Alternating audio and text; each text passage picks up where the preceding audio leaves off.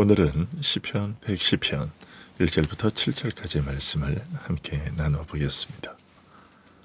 시편 110편은 7절로 된 짧은 시입니다. 그러나 신약에서 가장 많이 인용되는 시편이기도 합니다.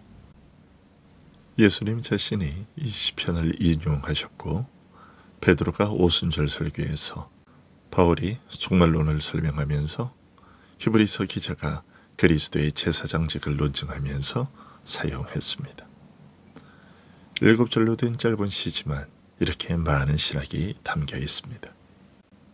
그리고 이 시편은 다윗 자신의 경험을 거쳐서 그리스도를 조명하는 것이 아니라 오직 수백 년 뒤에 오실 성자 하나님 예수 그리스도 한 분만을 직접적으로 겨냥하고 있는 독보적인 계시입니다. 다윗은 성령의 감동으로 인간의 이성으로는 결코 도달할 수 없는 두 가지 불가능한 통합, 즉 영원한 왕이시며 동시에 영원한 대제사장이신 한 분 중보자의 탄생을 선포합니다. 시편 110편은 이렇게 시작합니다. 여호와께서 내 주에게 말씀하시기를 내가 네 원수들로 네 발판이 되게 하기까지 너는 내 오른편에 앉아 있으라 하셨도다. 110편의 저자인 다윗이 여호와께서 내 주에게 말씀하셨다고 말하고 있습니다. 다윗은 이스라엘의 왕입니다. 그런 그가 어떤 인물을 가리켜 나의 주라고 부르고 있습니다. 한 나라의 가장 높은 지위에 있는 다윗이 누군가를 향해 내 주라고 불렀습니다. 다윗이 내 주라고 부른 그는 과연 누구일까요? 시편 110편 자체는 이 질문에 직접 답하고 있지 않습니다. 단지 선언할 뿐입니다. 그런데 다윗이 여호와가 내 주에게 오른편에 앉으라고 하셨다고 말한 뒤 수백 년이 지난 후 예수님이 이 시편을 직접 꺼내셨습니다. 마태복음 22장에서입니다. 예수님께서 바리새인들에게 그리스도는 누구의 자손이냐고 물으셨습니다. 그러자 그들은 다윗의 자손이라고 대답합니다. 이에 예수님이 다시 물으십니다. 그러면 다윗이 성령에 감동되어 어찌 그리스도를 주라 칭하여 말하되 주께서 내 주께 이르시되 내가 네 원수를 네 발 아래에 둘 때까지 내 우편에 앉아 있으라 하셨도다 하였느냐. 다윗이 그리스도를 주라 칭하였은즉 어찌 그의 자손이 되겠느냐라고 하셨습니다. 예수님이 시편 110편 1절을 자신에게 적용하신 것입니다. 다윗이 내 주라고 부른 그 인물이 예수님 자신이라고 밝히신 것입니다. 주님이 하신 말씀이 성립하려면 예수님은 다윗의 자손이시면서 동시에 다윗의 주이셔야 합니다. 어떻게 그것이 가능합니까?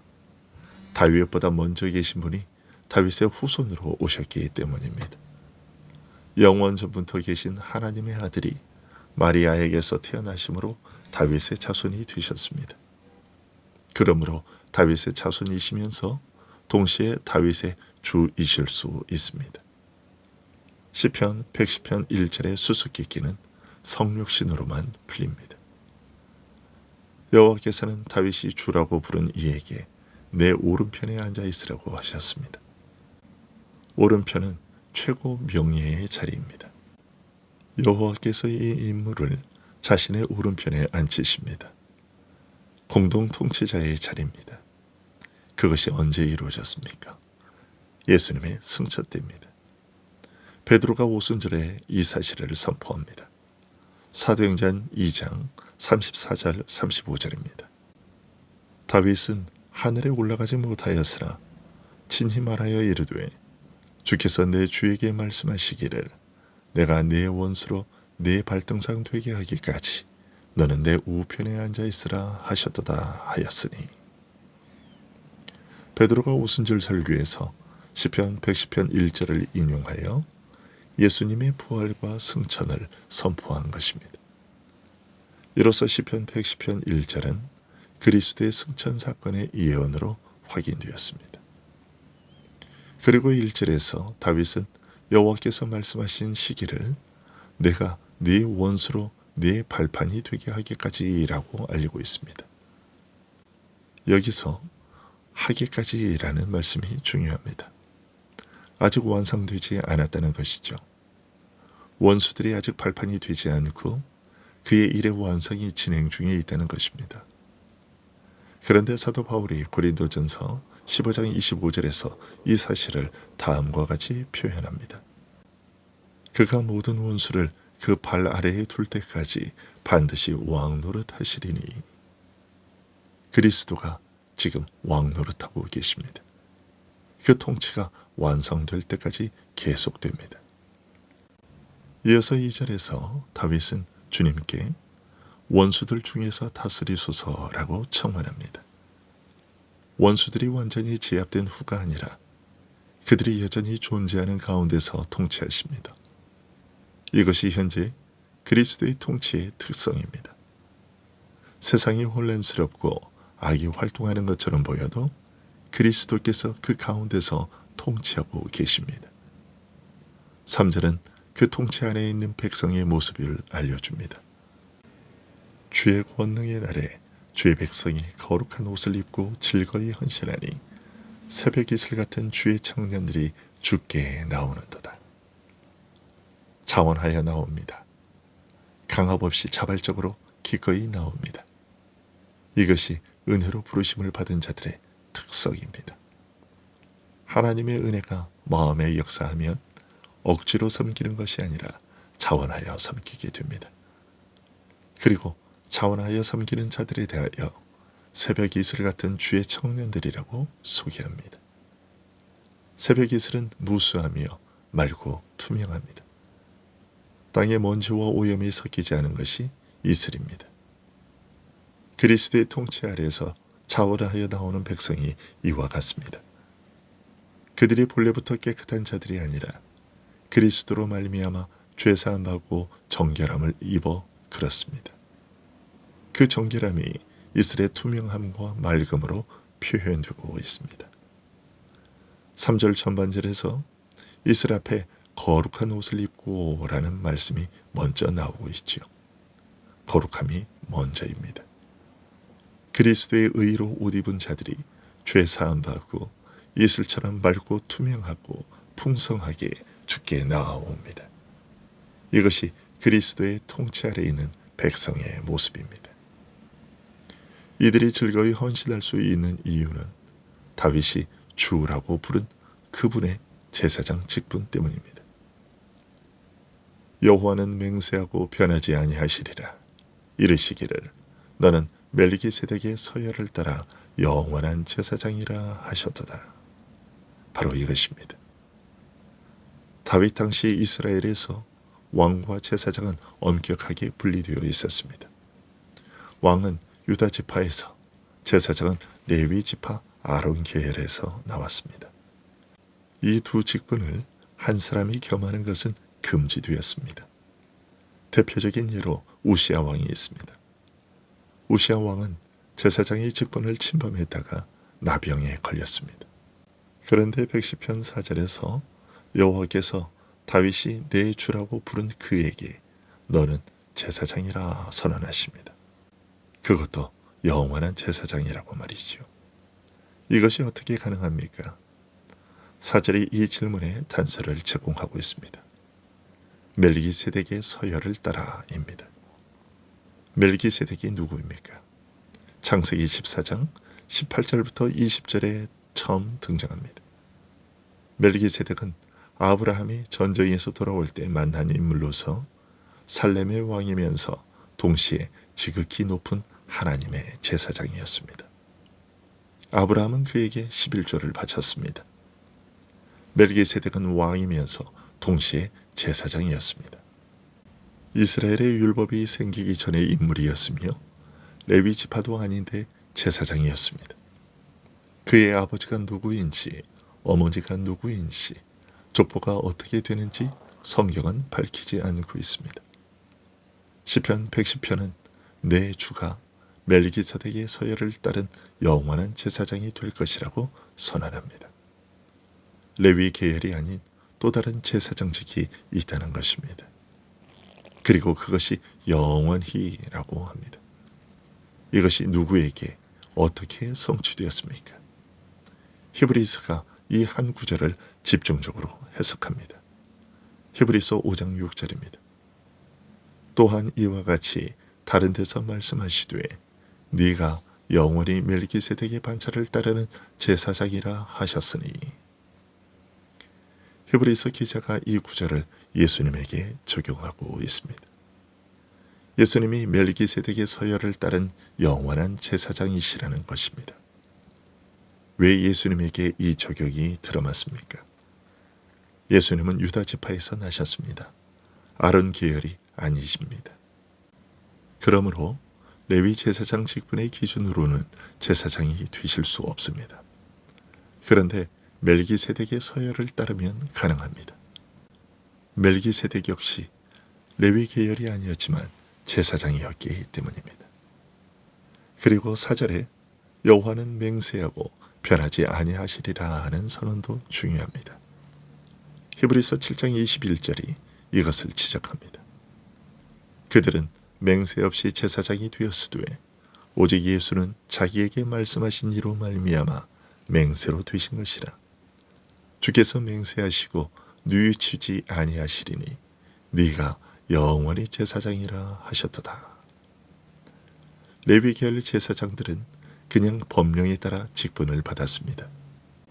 그런데 예수 그리스도의 제사장직은 하나님의 맹세로 세워졌습니다. 하나님의 맹세이니 취소될 수 없습니다. 영원합니다. 그러나 레위 계열 제사장들에게는 한계가 있었습니다. 그들이 죽었다는 것입니다. 제사장이 죽으면 다른 사람이 그 직분을 이어받아야 했습니다. 그리고 그들이 매년 속죄 제사를 드렸지만 그것이 완전하지 않았습니다. 매년 반복되어야 했다는 것 자체가 한 번으로 해결되지 않았다는 증거입니다. 그런데 예수님은 단번에 영원한 속죄를 이루셨습니다. 히브리서 10장 12절입니다. 오직 그리스도는 죄를 위하여 한 영원한 제사를 드리시고 하나님 우편에 앉으사 단번에 영원히 반복이 없습니다. 그리고 그분이 영원히 살아계심으로 그 제사장 직분 역시 갈리지 않습니다. 히브리서 7장 24절입니다. 예수는 영원히 계심으로 그 제사장 직분도 갈리지 아니하시느니라. 오늘 본문 시편 110편 4절에 영원한 제사장이 예수 그리스도 안에서 이와 같이 성취되었습니다. 1절에서 여호와가 내 주에게 말씀하셨습니다. 이제 5절에서 그 내 주가 행동하십니다. 주의 오른쪽에 계신 주께서 그의 노하시는 날에 왕들을 쳐서 깨뜨리실 것이라. 주의 오른편에 계신 주께서 오른편에 앉아 계신 분이 이제 심판의 주체가 되십니다. 좌정하신 분이 행동하십니다. 그리고 그 심판의 범위는 보편적입니다. 6절입니다. 문 나라를 심판하여 시체로 가득하게 하시고 여러 나라의 머리를 쳐서 깨뜨리시며 왕들을 치시고 나라들을 심판하시고 여러 나라의 머리를 치십니다.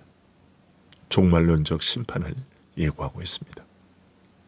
1절에서 원수들이 발판이 되기까지 오른편에 앉아 계신다고 했는데 5절과 6절은 그 완성 장면입니다. 그런데 마지막 7절은 이 심판의 장면과 전혀 어울리지 않는 이미지로 끝납니다. 길가의 시냇물을 마심으로 그의 머리를 드시리로다. 왕들을 치고 나라들을 심판하던 장면이 갑자기 길가의 시냇물을 마시는 장면으로 전환됩니다. 무엇을 말하는 것일까요? 그리스도의 순환을 예언하는 시였던 시편 22편의 15절은 내 혀가 입천장에 붙었나이다 라고 했습니다. 그것이 요한복음 19장 28절에서 성취되었죠. 예수님이 십자가에서 내가 목마르다 라고 하셨습니다. 가장 낮은 자리에서 갈증을 겪으셨습니다. 그런데 이제 110편 7절에서는 길가의 시냇물을 마심으로 그의 머리를 드시리로다 라고 말합니다. 그 낮아지심이 높아지심으로 이어졌습니다. 빌립보서 2장 8절과 9절이 이것을 말하고 있습니다. 사람의 모양으로 나타나사 자기를 낮추시고 죽기까지 복종하셨으니 곧 십자가에 죽으심이라. 이러므로 하나님이 그를 지극히 높여 모든 이름 위에 뛰어난 이름을 주사. 낮아지심이 높아지심의 길이었습니다. 시냇물의 굴욕이 머리를 드심의 전제였습니다.